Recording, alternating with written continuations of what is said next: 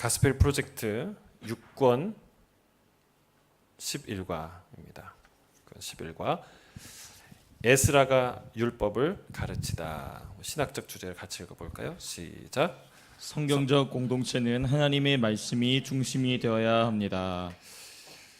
자, 예루살렘이 무너진 이후에 바벨론에 완전히 다 모든 나라가 망해서 포로로 잡혀간 이후에 일어나는 하나님의 새로운 제2의 엑소더스, 하나님의 제2의 이스라엘 재건 프로젝트가 시작되죠.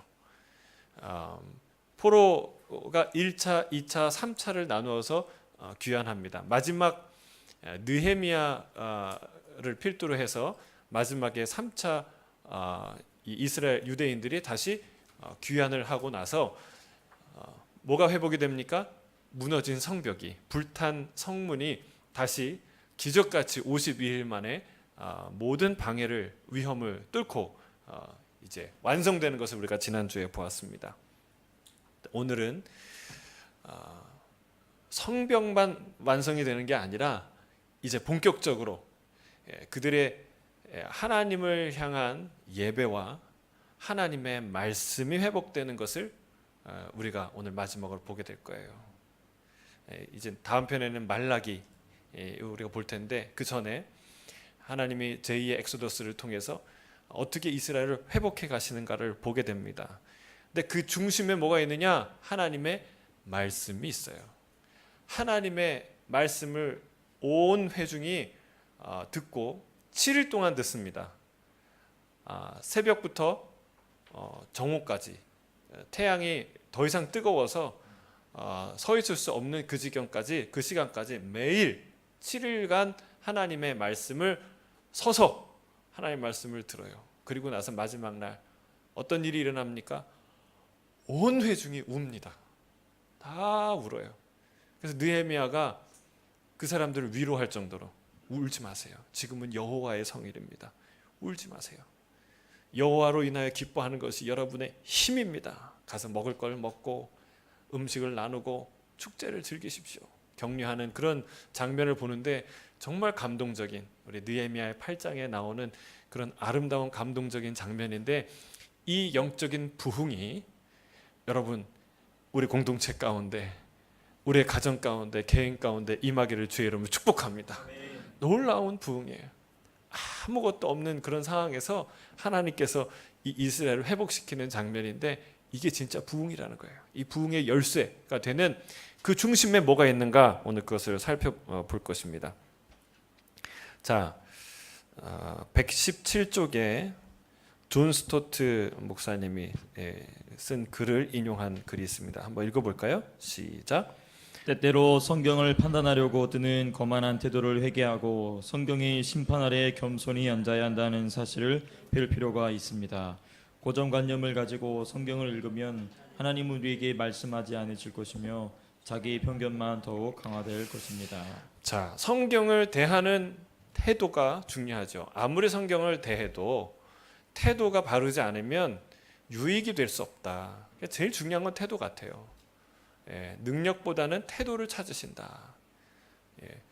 사울이 자격 조건과 능력으로서는 탁월한 사람이었지만, 여러분, 그러나 하나님은 다윗같이 하나님을 기뻐하고 순종하는 그런 한 사람을 찾으신다는 거예요.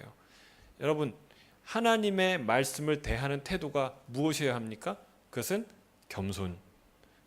첫째도 겸손이요, 둘째도 겸손이요, 셋째도 겸손이라는 거예요. 왜 그럴까요? 성경은 그냥 종이에 쓴 글 같아요.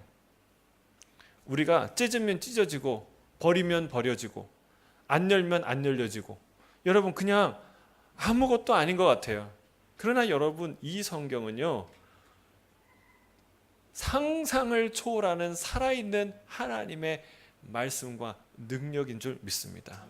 그거를 이제 나중에 알게 될 거예요. 이 말씀은 하나님이 우리에게 쓰신 하신 말씀인데, 이 말씀이 살아있다는 것, 죽지 않았다는 것, 영원토록 불변한다는 사실을 나중에 우리가 실감하는 날이 오게 될 거예요. 여러분, 이스라엘 왕 중에 하나님이 예레미야를 통해 이 편지를 써서 주는데 그 왕이 그 편지를 겨울궁에서 듣다가 어떻게 합니까? 자, 다 들으면은 칼로 이렇게 쫙 찢어가지고 난로에다가 던지는. 여러분, 살아계신 하나님이 그 장면을 보면 여러분 어땠을까요? 하나님이 이 바로 앞에서 면전에서 하는 일이잖아요. 하나님이 인내하고 참고 다시 한번 회개의 기회를 주고자 하나님이 특별히 지금처럼 종이가 흔한 때입니까?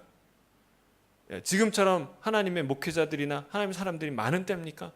특별히 하나님의 사람을 선택해서 그 다시 한번 종이에다가 하나님 말씀을 써서 가서 읽히게 하는데, 그런데 그것을 자기가 칼로 착 베가지고 정말 그 난로에다 집어넣는 그 장면을 하나님이 눈뜨고 보시는데 어떠셨겠어요? 여러분이 하나님 같았으면 어떻게 될까요? 그래서 불이 나와갖고 집어 삼키면 그 사람들이 하나님을 경외하지 않을까? 근데 그것도 참으시는 거예요, 하나님. 여러분, 하나님은 너무나 인격적이신 분이고 너무나 절제를 잘하시는 정말 대단한 능력을 갖고 계신 분이에요. 하나님이 그걸 참으셨다는 것은 아무도 못 참아요, 여러분.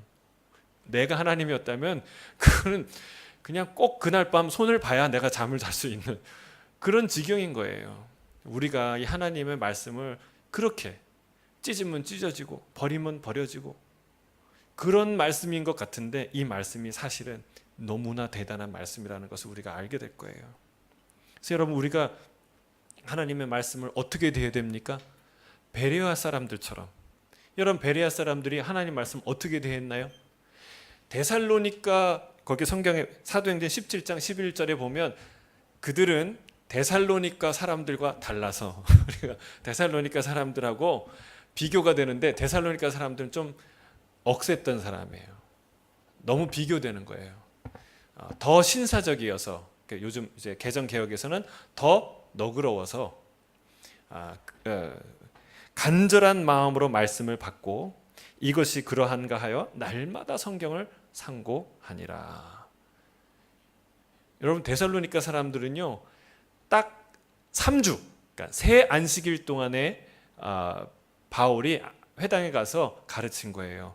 딱 3주. 그것도 매일 했겠습니까? 일주일에 한 번 모여서 회당 모였을 때, 그때 바울이 말씀을 이제 가르치면서 의인이 이렇게 메시아가 고난을 받고 다시 살아나야 된다는 것을 증거하고, 그게 바로 예수 그리스도다라고 증거했어요. 3주 만에 어떻게 됐습니까?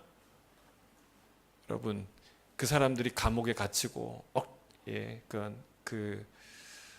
아마 구타와 린치를 당하지 않았을까. 그들이 보석금을 내고 풀려나야 될 정도로. 그래서 밤에 몰래 사도 바울을 다른 동네로 도망시켜야 될 정도가 되는 거예요. 단 3주 만에, 3개월도 아니고 3년도 아니고. 여러분, 얼마나 데살로니가 사람들이 드셌으면, 거칠었으면, 무례했으면. 여러분, 자기 의가 강한 사람들이 그렇다는 거예요. 성경에 대해서 자기가 다 알고 하나님을 자기가 잘 섬긴다고 생각하는 사람이 그럴 수 있다는 거예요. 근데 베레아 사람들은 어떻습니까? 더 신사적이어서, 더 젠틀해서, 더 너그러워 갖고 그 하나님의 말씀을 전하는 사람을 웰컴하고, 여러분, 이게 진짜 하나님의 말씀이 맞는지, 진짜 하나님 우리에게 말씀하시는지 진지하게 그의 말씀을 듣는 거예요.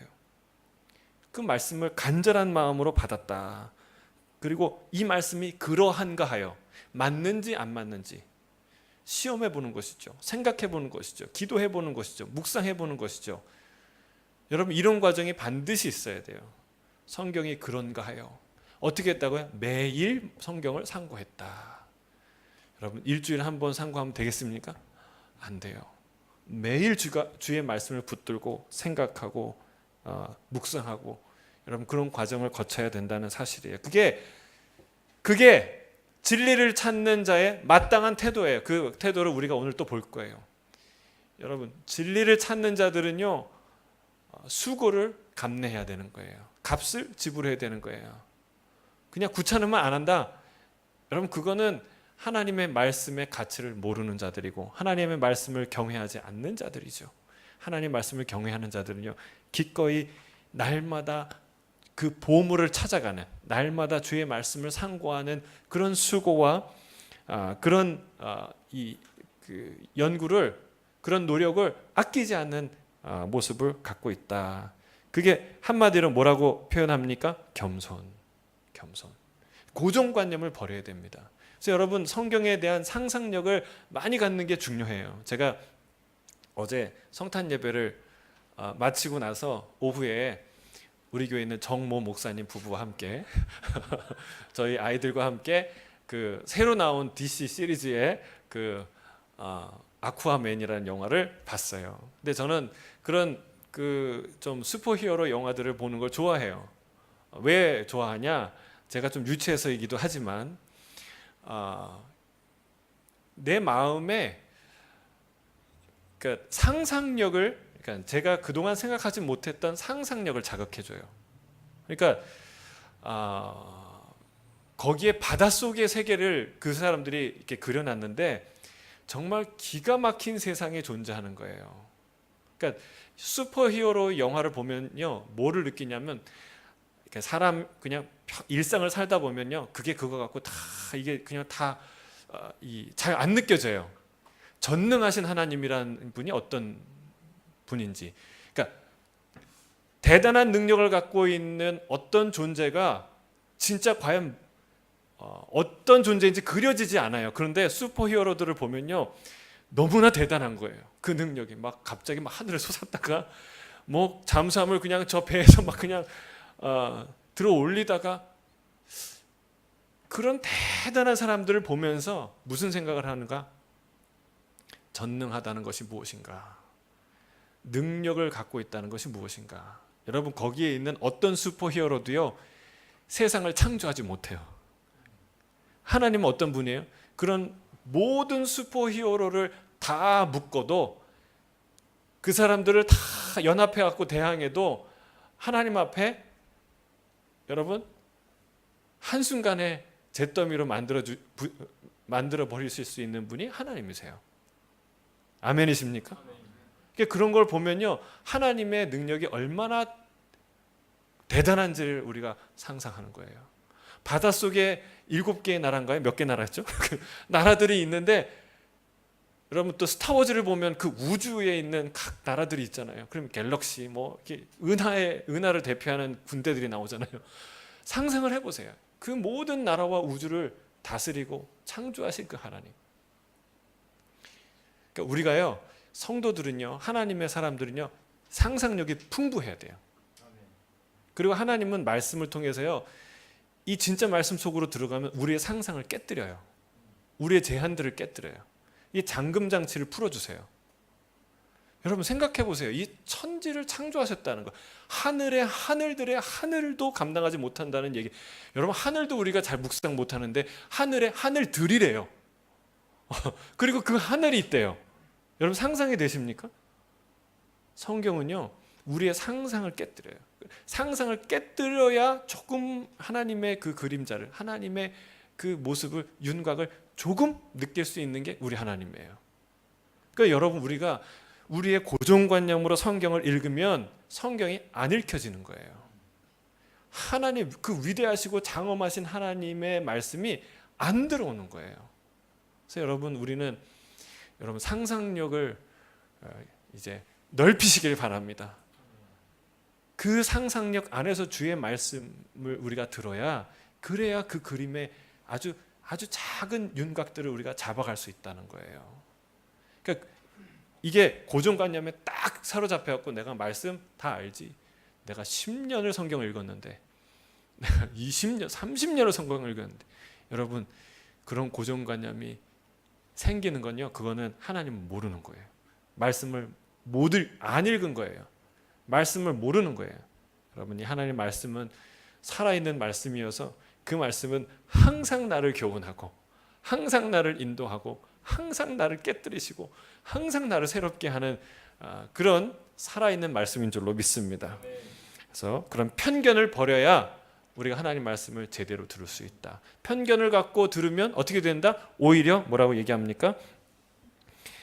하나님은 우리에게 말씀하지 않을 것이다. 우리의 편견이 강화되는 일들을 경험하게 될 것이다. 라는 거예요. 이건 위험한 성경 읽기입니다. 우리의 고정관념과 편견을 깨뜨리고 겸손한 마음으로 하나님의 말씀을 읽어야 성경이 들리기 시작한다. 자, 1번. 하나님의 백성은 하나님의 말씀 선포에 중점을 둡니다. 자, 한 장 넘겨서 자, 1절 8장 느헤미야 8장 1절 2절 함께 읽겠습니다. 시작. 이스라엘 자손이 자기들의 성읍에 거주하였더니 일곱째 달에 이르러 모든 백성이 일제히 수문 앞 광장에 모여 학사 이스라엘에게 여호와께서 이스라엘에게 명령하신 모세 율법책을 보기를 청하매 일곱째 달 초하루에 제사장 에스라가 율법책을 가지고 회중 앞 곧 남자나 여자나 알아들 만한 모든 사람 앞에 이르러 놀라운 것은 에스라가 내가 말씀을 율법을 가르치기라 잘 가르치리라 목숨을 걸고 가르치리라 결단한 사람이잖아요. 그런데 여기 보면은요, 누가 청합니까? 백성들이 에스라에게 말씀을 읽어달라고 청합니다. 여러분, 이게 참 놀랍잖아요. 에스라가 내가 그러면 말씀을 가르쳐 볼 테니까 다 모이십시오 한 게 아니라는 거예요. 백성들이 하나님을 갈구하는 마음으로 청했다는 거예요. 저는 여기서부터 은혜 받을 준비가 되어 있는 거예요. 여러분, 이런 마음이 있기를 주의 이름 축복합니다. 좀 목사님 제가 말씀을 전할 테니까 좀 나와 보세요 성도님들, 이런 분위기가 아니라 진짜 부흥하는 교회는 성도들이 모여서 목사님 제발 말씀을 좀 가르쳐 주십시오. 말씀을 선포해 주십시오. 이런 분위기가 돼야 된다는 거예요. 이게 부흥하는 교회의 특징이라는 거예요. 저는 예수 따라가는 교회가 이렇게 되길 주의 이름 축복합니다. 예, 제가 강의할 테니까 좀 모여 좀 보십시오. 제발 좀 오십시오. 이게 아니라 성도들이 모여서 우리에게 말씀을 가르쳐 주십시오. 여러분, 이런 분위기가 얼마나 아름답겠어요. 저는 예수 따라가는 교회가 이런 아름다운 교회가 될 줄로 믿습니다. 자, 그 다음에 우리 이스라엘 한번 읽어주시겠습니까? 이스라엘의 역사를 살펴보면 우상 숭배야말로 하나님으로부터 멀어지는 근본적인 이유임을 알 수 있습니다. 하나님의 백성은 그들의 죄 때문에 70년 동안이나 바벨론에서 포로 생활을 해야 했습니다. 이제 많은 유대인이 예루살렘으로 귀환해 공개적인 자리에서 함께 하나님의 말씀을 듣고 주님을 예배할 수 있게 되었습니다. 행사가 시기적절하게 열렸습니다. 율법에 따르면 온 백성이 7년마다 모여 율법을 들어야 했습니다. 자, 신명기 31장에 보면은요, 이 말씀이 나와 있는데 당시는요 책이 흔하지 않았잖아요. 이 두루마리 책이라는 게 매우 귀한, 매우 귀한 책이었기 때문에 집집마다 동네마다 있는 게 아니라는 거예요. 근데 그래서 적어도 7년에 한 번, 그러니까 면제년이라고 하죠. 모든 그 빚진 것들은요 다 탕감하는 하나님의 법이 있었어요. 근데 그 7년 마지막 7월 초막절에, 가장 큰 절기라고 제가 얘기했죠. 초막절에 모여서 그때 하나님의 말씀을 들려 읽히라, 모든 사람이 듣게 하라. 그런 하나님의 율법이 있었어요. 여러분, 우리가 7년에 한 번씩 성경을 읽는다면 여러분 얼마나 우리가 갈급하겠어요, 답답하겠어요, 성경의 말씀이. 근데 우리는 그 뒤에 있죠. 7년이 아니라 7일마다 모이고 예배하고 말씀을 듣고 매일매일 성경을 읽는 이 복을 누린다는 거예요. 계속해서 읽어주세요. 오늘날 우리는 하나님의 말씀을 들을 기회를 기다릴 필요가 없습니다. 7년마다가 아니라 7일마다 하나님의 말씀을 듣고 있으니 이 얼마나 큰 복입니까? 게다가 일주일 내내 직접 말씀을 읽을 수도 있지 않습니까? 우리가 함께 모여서 목사님이 진리의 말씀을 옳게 분별해 전하는 말씀을 듣는 것의 유익은 하나님의 백성인 우리가 하나님의 영광을 위해 명령하신 선한 일을 행할 능력을 갖추게 된다는 데 있습니다. 여러분, 저는 여기에 이 얼마나 큰 복입니까? 여기에 밑줄 걷어요. 별표를 달았어요. 정말 큰 복이에요. 여러분, 이 성경을 집에 한 권씩이 아니라 몇 권씩 갖고 있잖아요. 그렇죠? 이게 성경을 어떻게 처리해야 되나라고 고민할 정도로 성경이 많이 있는데 여러분, 이게 얼마나 큰 복인지 몰라요. 여러분 동의하십니까? 아멘. 은혜 중에 은혜예요. 복 중에 복이에요. 그러니까 여호와를 아는 지식이 물이 바다를 덮은 같이 충만하게 할 것이다. 우리가 이사야에서 메시아가 이 땅에 도래할 세상을 예언하는 그 예언인데, 그런 것처럼 여러분 이 세상에 하나님을 아는 지식을 충만하게 하는데 가장 중요한 게 뭐예요? 하나님의 말씀이에요. 여러분 이 말씀이 모든 평신도들이, 모든 사람들이 원하기만 하면 책을 읽을 수 있게 되는 그 시점부터 여러분 역사는 바뀌었습니다. 그게 종교 개혁이에요. 각 개인이 성경을 소장하며 성경을 읽기 시작한 때부터 역사는 대단한 변화를 겪는 거예요. 그러니까 예수님을 통해서 AD와 BC가 나뉘는 것 이후에 가장 큰 변화를 겪은 것이 바로 종교 개혁이에요. 역사가 바뀌었어요. 이런 놀라운 자유와 놀라운 이 발전들이 일어나기 시작한 게 바로 그 시점이에요. 그래서 여러분 이 하나님의 말씀이 얼마나 놀라운지, 북한은 이 공산주의자들은 이 성경책을 갖고 있는 것만으로도 벌을 주잖아요. 성경을 소지했다는 이유로 어딜 가요? 아우지탄광에 가는 거예요. 그리고 정치범 수용소에 가서 끔찍한 학대를 당하는 거예요. 왜 그럴까요? 이게 무서운 걸 아는 거예요. 핵보다 더 무서운 것이 하나님의 말씀인 줄 믿습니다. 여러분 성경이 보급되기 시작하면요, 공동체와 나라가 바뀌게 돼 있어요. 저는 북한에 만약에 성경책이 마음대로 보급된다 그러면 여러분 북한은 무너질 거예요. 새롭게 될 거예요. 하나님의 나라의 이 말씀이 전파되기 시작하면요, 놀라운 변화와 축복이 임한다는 사실이에요. 여러분 어딜 가서나 호텔에 가면은 서랍문을 열면은 성경이 있잖아요. 기도원 협회에서 열심히 갔다 하는데 여러분 그게 얼마나 큰 축복인 줄 몰라요. 죄를 지러 갔다가도 그 성경을 읽고 회개하고 하나님께 돌아오는 역사가 있을 줄로 믿습니다.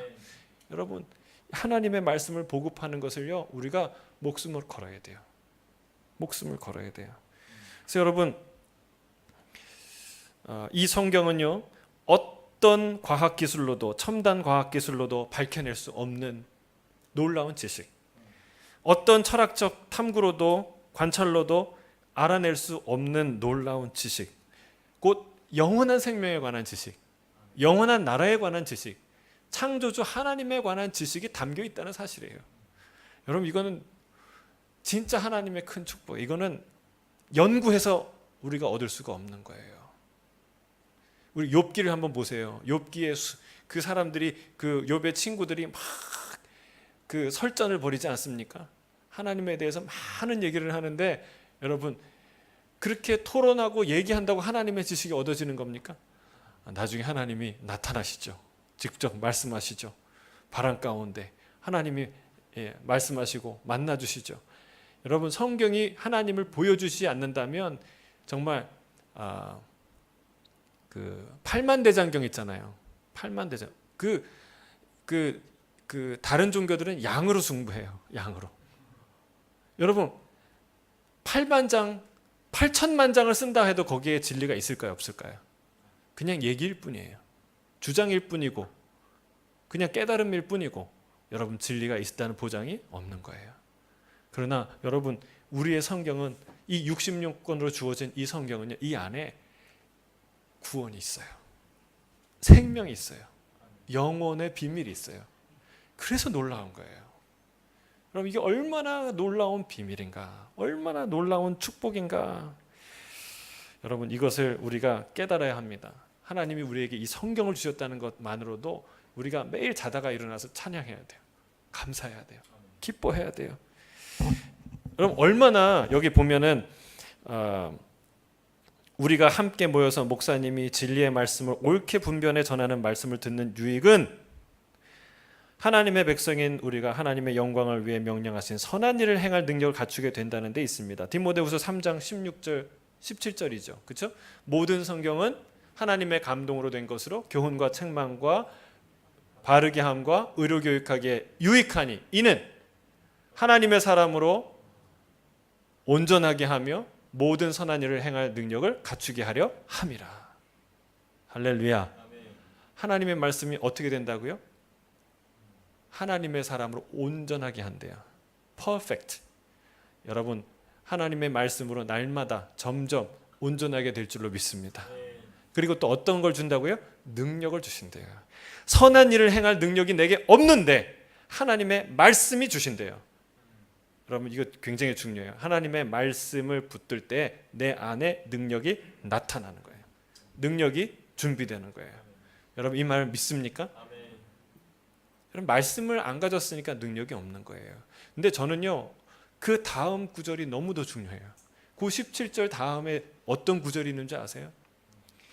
디모데후서 4장이 시작되는데 원래는 장구분이 없잖아요. 편지니까. 근데 마지막 장, 마지막 당부예요. 그 말씀과 연이어서 하는 말씀인데, 사도 바울이 이 노사도가 죽음을 앞두고 자기의 사랑하는 애제자인 디모데에게 마지막으로 당부를 합니다. 근데 당부인데 명령이에요. 명령인데 너무나 엄격한 명령이에요. 뭐라고 얘기합니까? 어마어마한 얘기를 하는 거예요. 그 수식어가 내가 명하노니라고 했는데 그 명한다는 그 앞에 수식어가 한 절이나 돼요. 뭐라고 얘기합니까? 내가 하나님 앞과 살아있는 자와 죽은 자를 심판하실 그리스도 예수 앞에서 그의 나타나실 것과 그의 다시 오심을 두고 내가 엄히 명하노니. 여러분, 이건 보통 명령이 아니라는 거예요. 내가 너한테 명령한다? 이 말만 해도 대단한 건데, 내가 엄히 명령한다? 이 말만 해도 대단한 건데, 여러분, 하나님 앞과 예수 그리스도, 살아있는 자와 죽은 자를 심판한 예수 그리스도 앞에서 그의 나타나실 것과 다시 오실 것을 두고 엄히 명한다는 거예요. 그의 나타나실 것과 그의 나라를 두고 내가 엄히 명하노니 뭐 하라고요? 너는 말씀을 전파하라. 여러분, 이게 교회의 핵심이라는 거예요.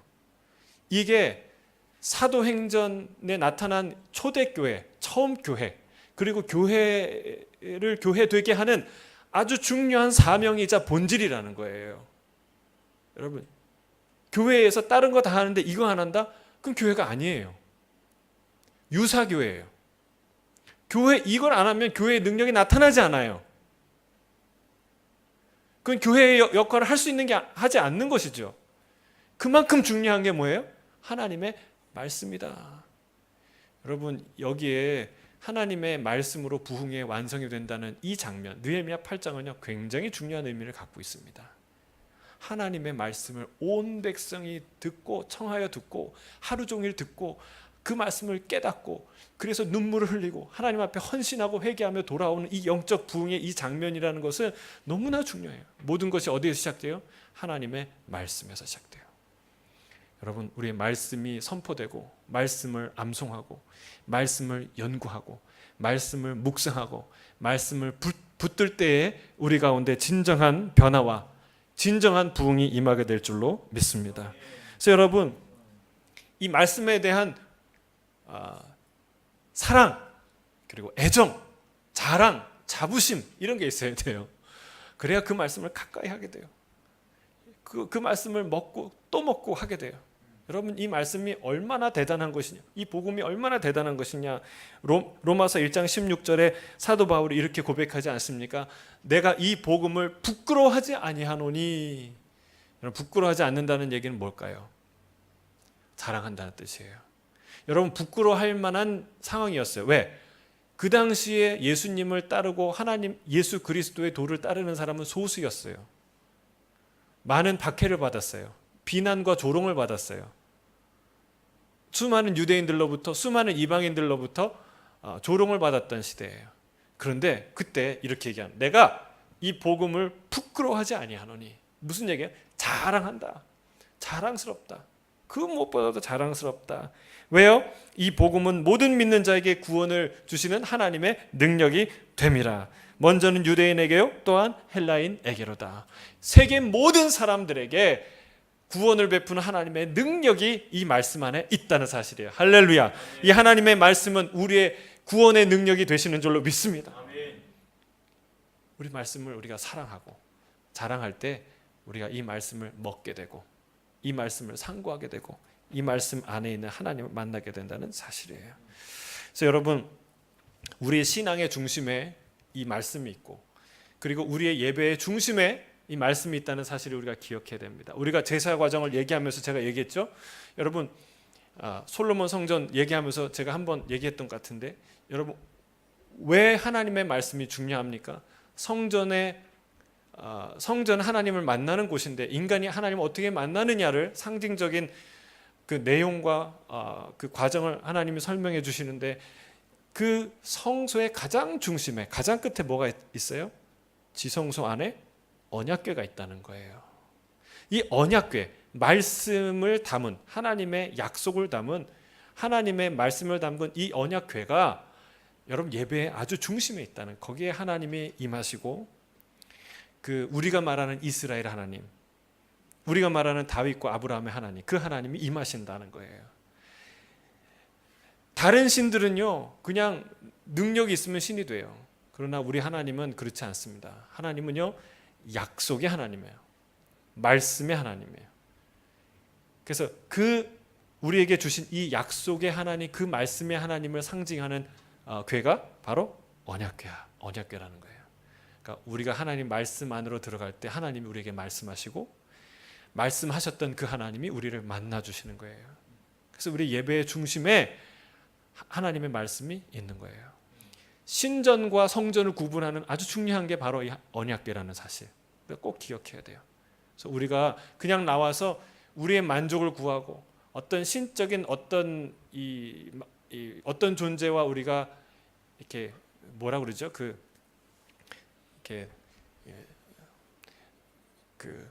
만나는 것, 신과 이 만나는 것, 여러분, 이게 그런 경험을 하는 것, 이게 중요한 게 아니에요. 중요한 게 아니에요. 그러면 엉뚱한 경험을 할 수도 있어요. 엉뚱한 경험을 할 수도 있어요. 여러분, 우리는 꼭 말씀을 바탕으로 한, 말씀하셨던 하나님, 말씀하신 하나님을 만나야 될 줄로 믿습니다. 자, 이번에 하나님의 백성은 하나님의 말씀을 존중합니다. 우리 3절부터 6절까지 함께 읽겠습니다. 시작. 수문앞 광장에서 새벽부터 정오까지 남자나 여자나 알아들을 만한 모든 사람 앞에서 읽음에 무 백성이 그 율법책에 귀를 기울였는데, 그때 학사 에스라가 특별히 지은 나무 강단에 서고 그의 곁 오른쪽에 선 자는 마띠리아와 스마와 아나야와 우리야와 힐기야와 마아세아요. 그의 오른쪽에는 브다야와 미사엘과 말기야와 하숨과 하스바타나와 스가랴와 무술람이라. 에스라가 모든 백성 위에 서서 그들 목전에 책을 펴니 책을 펼 때에 모든 백성이 일어서니라. 에스라가 위대하신 하나님 여호와를 송축하며 모든 백성이 손을 들고 아멘 아멘 하고 응답하고 몸을 굽혀 얼굴을 땅에 대고 여호와께 경배하니라. 자, 하나님의 백성은 하나님의 말씀을 존중합니다라고 얘기했어요. 여러분, 어떻게 하면 존중한다는 느낌이 들까요? 뭐가 존중하는 걸까요? 삼고철이라는 말씀 들어보셨어요? 유비가 그 제갈량이죠. 제갈량을 자기 모사로 삼고자 하는데 한 번 가서 안 오니까 두 번째 가고, 두 번 가서 안 가니까 세 번째 가지 않습니까? 이게 리스펙트하는 것이고, 당신이 참 소중하고 난 당신의 가치를 압니다라는 표시겠죠. 마치 그런 거예요. 여러분, 우리가 하나님을 존중할 때 하나님을 위해서 내가 치를 수 있는 불편함, 뛰어넘을 수 있는 불편함, 여러분, 이게 사실은 하나님을 내가 소중히 여긴다는 이것을 의미해요. 하나님을 위해서 얼마나 큰 불편을 여러분 감수할 수 있습니까? 우리의 예배는요, 너무나 편하게 하나씩 물론 예배는 편해야 돼요. 그런 사람들이 더 편안한 가운데 하나님의 말씀에 집중할 수 있도록 해야 되는 것은 맞아요. 그러나 본질적으로 그것이 전부가 아닙니다. 예배의 본질은요, 내가 불편하더라도 하나님을 만나러 가려고 하는 의지가 있느냐 없느냐, 여러분, 이게 굉장히 중요해요. 이 사람들이 어떤 상황에서 예배를 드렸는지 한번 본문을 보세요. 본문 가운데 참 불편하겠다 생각하는 단어들이나 상황들이나 행동들을 한번 찾아보세요. 처음에 수문 앞 광장에서 여러분 이런 안락한 의자와 예배당에서 예배드리는 게 아니라 어디서 예배드려요? 광장에서 예배드려요. 여러분 광장에 예배드리기 좋을까요? 나쁠까요? 뭐가 또 힘들까요? 광장에서 예배드리는 게 뭐가 힘들어요? 소란스럽고, 그리고 의자가 없고, 그리고 그늘이 없고, 에어컨도 있을까요? 이 더운데 에어컨 빵빵 나와가지고 오히려 피해서 앉을 정도로 시원한 곳인데 에어컨 없고, 이런 불편한 데서 예배를 드린다는 거예요. 또 불편한 게 뭐가 있을까요? 새벽부터 정오까지. 여러분 우리가 예배를 드려도 말씀을 들어도 기껏해야 30분, 40분, 1시간 반 예배 드려요. 그런데 여러분 앉아서 예배를 드리는 것 아니라 광장에서, 이게 안락한 곳이 아니라 광장에서 예배를 드리는데 6시간 예배를 드리는 거예요. 새벽부터 정오까지. 여러분 얼마나 불편했겠어요. 예배 시간이 길다. 식사는 제대로 했을까요? 아침 식사는 제대로 얼큰한 해장국 한 그릇씩 다 먹었을까요? 불편했겠죠. 식사 시간도 불편하고. 또 뭐가 있을까요? 그 뒤에 보면 그 율법책에 귀를 기울였는데, 여러분 그 당시에 확성기가 있었을까요? 귀를 기울였는데 저 가까이 있는 사람은 그래도 괜찮아요. 저 멀리 있는 사람이 귀를 쫑긋해서 들으는데 잘 안 들려요.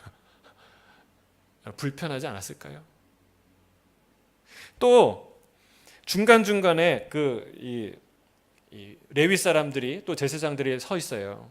근데 그 다음 본문에 보면은 그들이 중간에 서서 그 말씀을 깨닫게 했다라고 얘기하는데, 그 당시에 바벨론에서 각 지역에서 돌아온 사람들이기 때문에 이 히브리 말이 익숙하지 않은 사람들이 많아요. 그때는 경전을 집집마다 갖고 있을 수 없으니까 히브리 말을 잘 못 알아듣는 그런 옛 고호가 돼버린 그런 표현들이 많은 거죠. 그러니까 그것을 중간중간에서 해석해주고 전달해주는 사람이 있었던 거예요. 여러분 언어가 틀려요. 얼마나 불편해요. 여러분 지금 우리 예배랑은요 비교할 수 없이 불편한 상황이에요. 또 뭐가 있어요? 또 보니까 5절 끝에 보니까 모든 백성이 일어서니라. 여러분 우리 1시간 예배 드리는데 일어서서 한번 예배 드려볼까요? 진짜 볼멘 소리가 다 막 그냥 나올 거예요. 여러분 근데 6시간 동안 일어서서 예배를 드리는 거예요. 여러분 이런 예배를 드리자 그러면 여러분 과연 여기서 몇 분이나 이 예배에 기쁜 마음으로 동참할 수 있을까요? 여러분 그게 하나님을 존중한다는 거예요.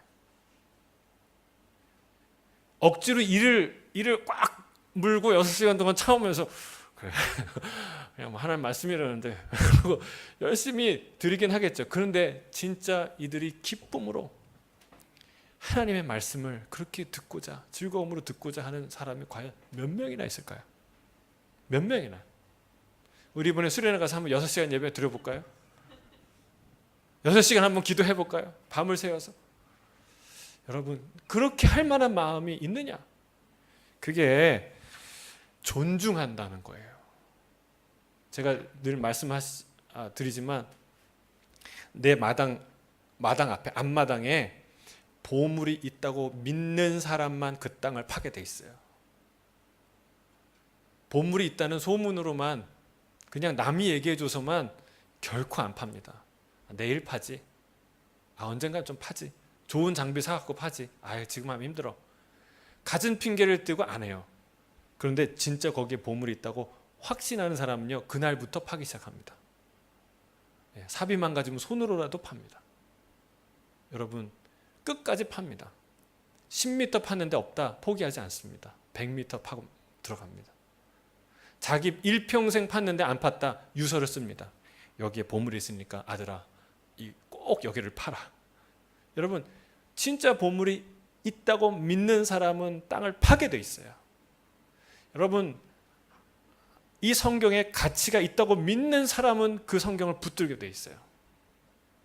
하나님의 가치를 아는 사람은 하나님 앞에 나오는데 그 어떤 수고도, 그 어떤 희생도, 그 어떤 불편함도 다 감수할 수 있는 것이 그게 믿음이라는 거예요. 저는 여러분 정말 한국에서 3시간, 4시간 매주 정말 이 차를 타고 올라와서 예배를 드리는 사람을 봤어요. 물론 거기에도 교회가 있고 뭐 있겠지만 이게 뭐 그런 모든 예가 되지 않겠지만 여러분 하나님의 은혜를 사모하는 그 마음이 어떤 불편함을 겪더라도 그것을 뛰어넘어서 주님께 달려갈 수 있는 열정을 불어 넣는다는 사실이에요. 이들이 이런 불편함 가운데 하나님을 찾았어요. 저는 우리 예배 가운데 이제 1월 달에 우리가 사역을 다 쉬는데 불편하겠죠.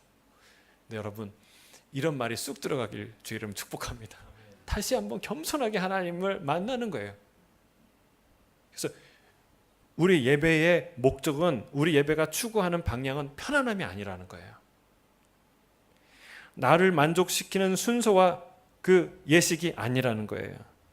우리의 예배의 목적은 하나님을 경외하는 것을 표현하는 거예요. 그렇죠? 하나님의 경외함을 내가 주님 앞에 드러내는 거예요.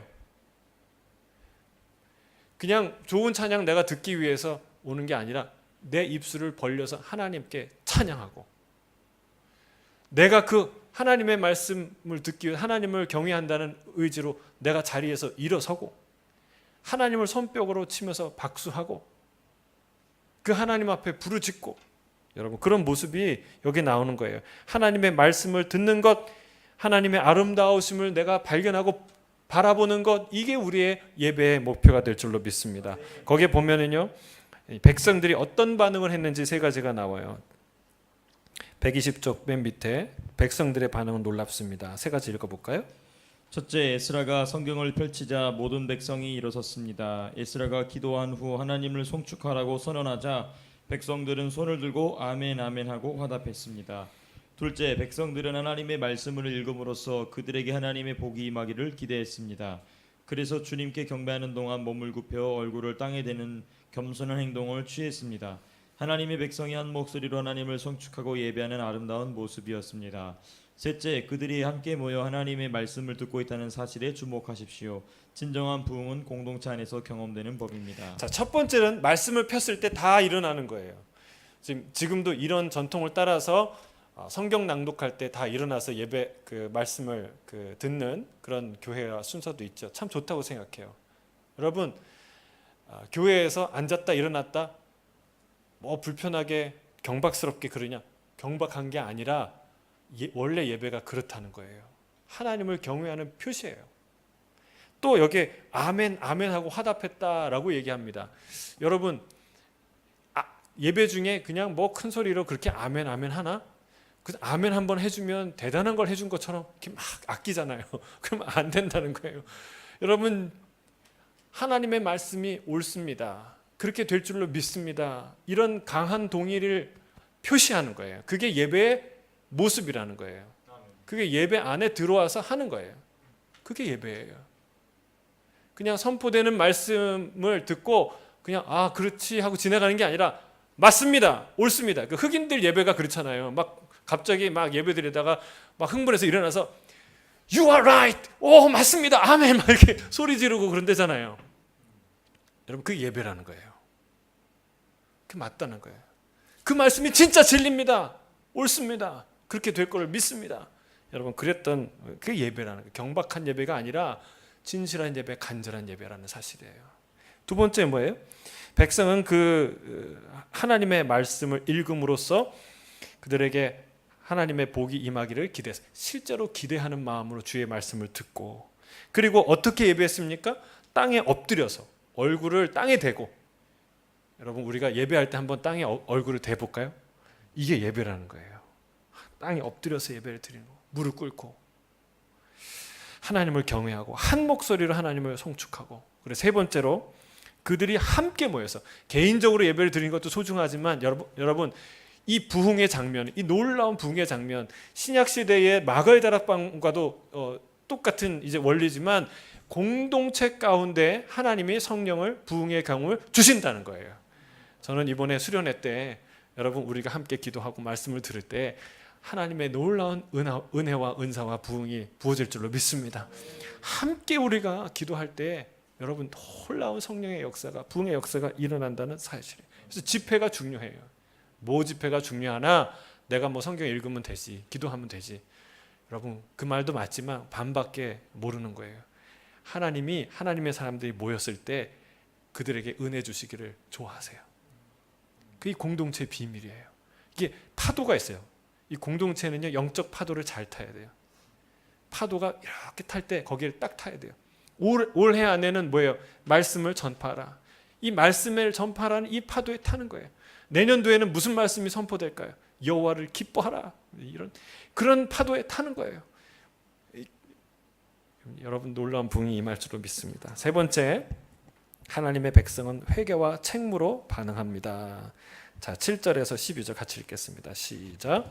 예수아와 바니와 세레바와 야민과 국과 사부대와 호디야와 마아세야와 그리다와 아사랴와 요사밧과 하나와 레위 사람들은 백성이 제자리에 서 있는 동안 그들에게 율법을 깨닫게 하였는데 하나님의 율법책을 낭독하고 그 뜻을 해석하여 백성에게 그 낭독하는 것을 다 깨닫게 하니 백성이 율법의 말씀을 듣고 다 우는지라. 총독 느헤미야와 제사장 겸 학사 에스라와 백성을 가르치는 레위 사람들이 모든 백성에게 이르기를 오늘은 너희 하나님 여호와의 성일이니 슬퍼하지 말며 울지 말라 하고, 느헤미야가 또 그들에게 이르기를 너희는 가서 살찐 것을 먹고 단 것을 마시되 준비하지 못한 자에게는 나누어 주라. 이날은 우리 주의 성일이니 근심하지 말라. 여호와로 인하여 기뻐하는 것이 너희의 힘이니라 하고, 레위 사람들도 모든 백성을 정숙하게 하여 이르기를 오늘은 성일이니 마땅히 조용하고 근심하지 말라 하니, 모든 백성이 곧 가서 먹고 마시며 나누어 주고 크게 즐거워하니 이는 그들이 그 읽어 들려준 말을 밝히 알미라. 아멘, 아멘. 그 120쪽에 그 핵심 교리 성경의 영감에 대해서 이야기했는데, 우리 같이 한번 읽어볼까요? 성경의 영감 시작. 성경의 영감이란 성경을 기록한 인간 저자들에게 하나님이 지시한 것을 가리키는데, 그들은 하나님이 인류에게 주시는 메시지를 자기 글로 작성하고 기록했습니다. 성경의 영감은 하나님이 인간 저자에게 직접 말씀해 주시는 구술 방식으로 이루어지기도 했습니다. 그러나 대부분은 성령님이 저자들의 인격에 초자연적인 영향력을 행사하시는 방식으로 이루어졌으므로 그들의 글은 곧 하나님의 말씀으로 간주됩니다. 자, 성경의 영감, 그러니까 하나님께서 모든 성경의 저자들에게 영감을 주셨다는 거예요. 그래서 그 영감을 바탕으로 성경을 기록했다라는 것이죠. 근데 여러분, 그러면 하나님이 그냥 이렇게 태초에 말씀이 계시니라, 이 말씀이 하나님과 계셨으니 이렇게 불러주셨냐? 그냥 그 불러주신 것을 그냥 받아 썼냐? 그런 방식의 기록도 일부 있지만 그런 방식으로 하나님이 성경을 쓰지 않으셨다는 것을 알아야 돼요. 여러분, 이 신기해요. 그러면은 그 뭐 어떤 영감을 주고 나머지는 다 그 저자가 창작해서 쓴 거냐, 감해서 쓴 거냐? 이건 하나님의 영감, 하나님과 인간이 동역하시는 원리를 잘 모르는 사람들이 하는 질문이에요. 이게 하나님과 인간의 동역은요, 지시와 상명하달의 방식이 아니라는 것을 알아야 돼요. 마치 춤을 추는 것 같다. 그러니까 사단은요, 지시해요. 사람이 개를 이리 와 저리 가, 그리고 개 줄 끄고 끌고 다니듯이 우리를 그렇게 이끌려고 그래요. 근데 하나님은 절대로 그렇게 하지 않습니다. 마치 춤추듯이 합니다. 그러니까 춤을 출 때 예를 들면 이렇게 제가 춤을 잘 못 추고 만약에 저희 아내가 춤을 잘 춰요. 그러면 둘이 춤을 추는데 춤을 잘 추는, 그러니까 예를 들어서 춤을 잘 못 추는데 예를 들어서 춤을 잘 추는 사람이 리드할 거 아니에요. 그렇죠? 리드를 해요. 그러면 그 사람의 리드에 내 몸과 내 방향과 모든 것을 맡기고 따라가지 않습니까? 그렇죠? 그러면 그 두 사람이 함께 춤을 추는 거예요. 그러니까 그 리드하는 것을 따라가는 사람이 야, 다 네가 리드했는데 난 아무것도 한 게 없어. 아유, 난 춤춘 게 아니고 네가 춘 거지. 이렇게 말합니까? 아니에요. 둘이 같이 추는 거예요. 그러니까 하나님이 우리를 인도하실 때는 그렇다는 거예요. 하나님이 리드하시죠. 그러나 우리는 그를 기쁨으로 따라가죠. 순종하면서 따라가죠. 그런데 내가 추는 춤이라는 거예요. 신비해요. 이게 하나님과 동역하는 원리예요. 하나님은요, 무엇을 해도 그렇게 우리를 그러니까 그냥 코를 딱 빼가지고 질질 끌고 가듯이 하지 않는다는 거예요. 하나님이 우리를 사랑하는 자를 앉듯이 안으시고, 그리고 하나님이 우리를 인도해 가셔요. 그러니까 100% 내가 추는 거예요. 그렇죠? 내 의지를 가지고 내 능력이 발휘되는 거예요. 그러니까 100% 이 사람의 저작이에요. 여러분 보세요. 베드로는 베드로처럼 썼어요. 무슨 게 진짜 뭐 정말 표현이 대단한데 무슨 잠언 같기도 하고 뭐 이렇게 그나 이제 나이 든 아주 지혜가 풍성한 사람이 툭툭 내뱉는 것처럼 쓰죠. 근데 이사야를 보세요. 이사야의 그 문학적 감수성이 얼마나 대단해요. 그게 다 각 개인마다 특징마다 사용이 됩니다. 하나님이 그런 방식으로 이 성경을 써갔다는 거예요. 근데 중요한 건 뭐냐? 하나님이 영감을 주셔서 그렇게 쓸 수 있었다는 거예요. 100% 하나님의 영감이고 하나님이 주신 말씀들이라는 거예요. 우리가 이걸 믿지 않으면 안 돼요. 예수님이 그 말씀하셨어요. 성경의 1.1획도 우리가 버리거나 바꿀 수 없다는 거예요. 모든 성경은 하나님의 영감으로 되었다. 성경은 말하고 있어요.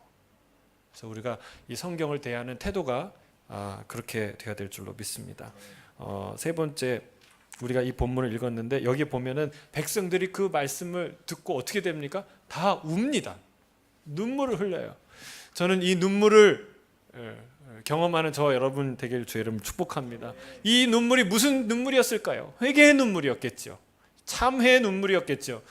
우리의 어리석음, 우리 조상의 어리석음, 이 인간의 어리석음, 그 흉악한 이 죄악이 깨달아지고 생각이 나서 우는 거죠.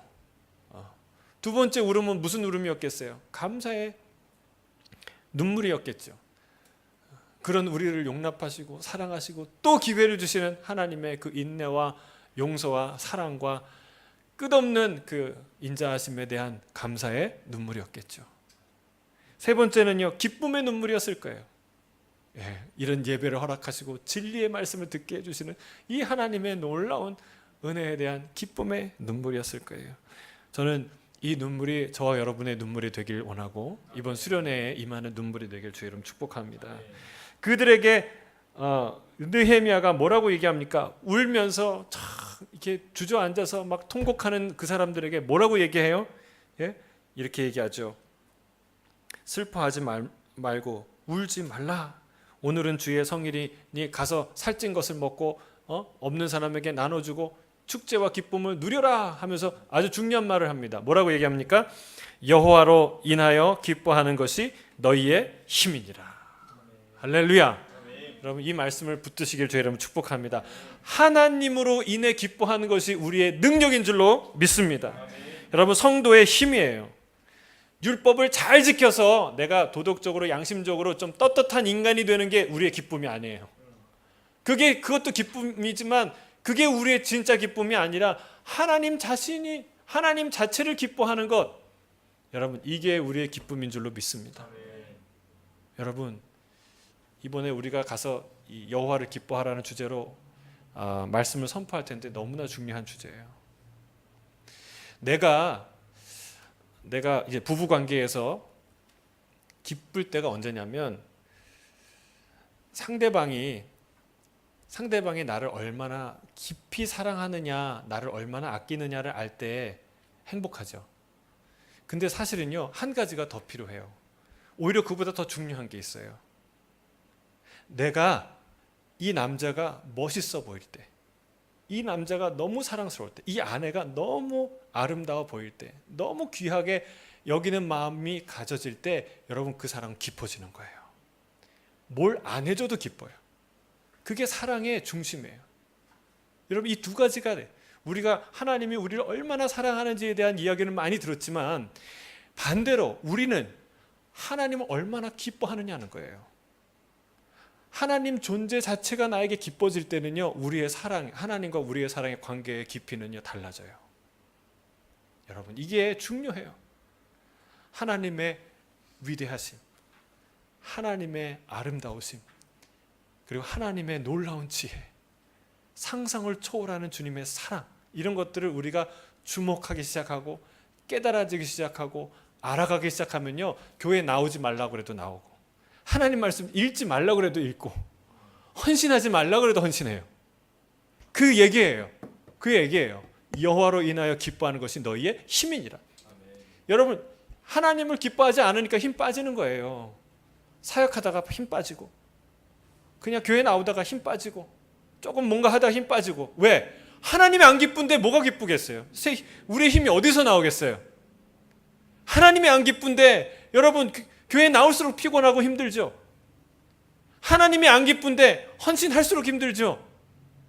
그러나 하나님이 기쁘면 여러분 하지 말래도 하고, 여러분 정말 도시락 갖고 다니면서 말려도 하게 되는 게 헌신이고, 그게 신앙이에요. 그게 예배예요. 그게 찬양이에요.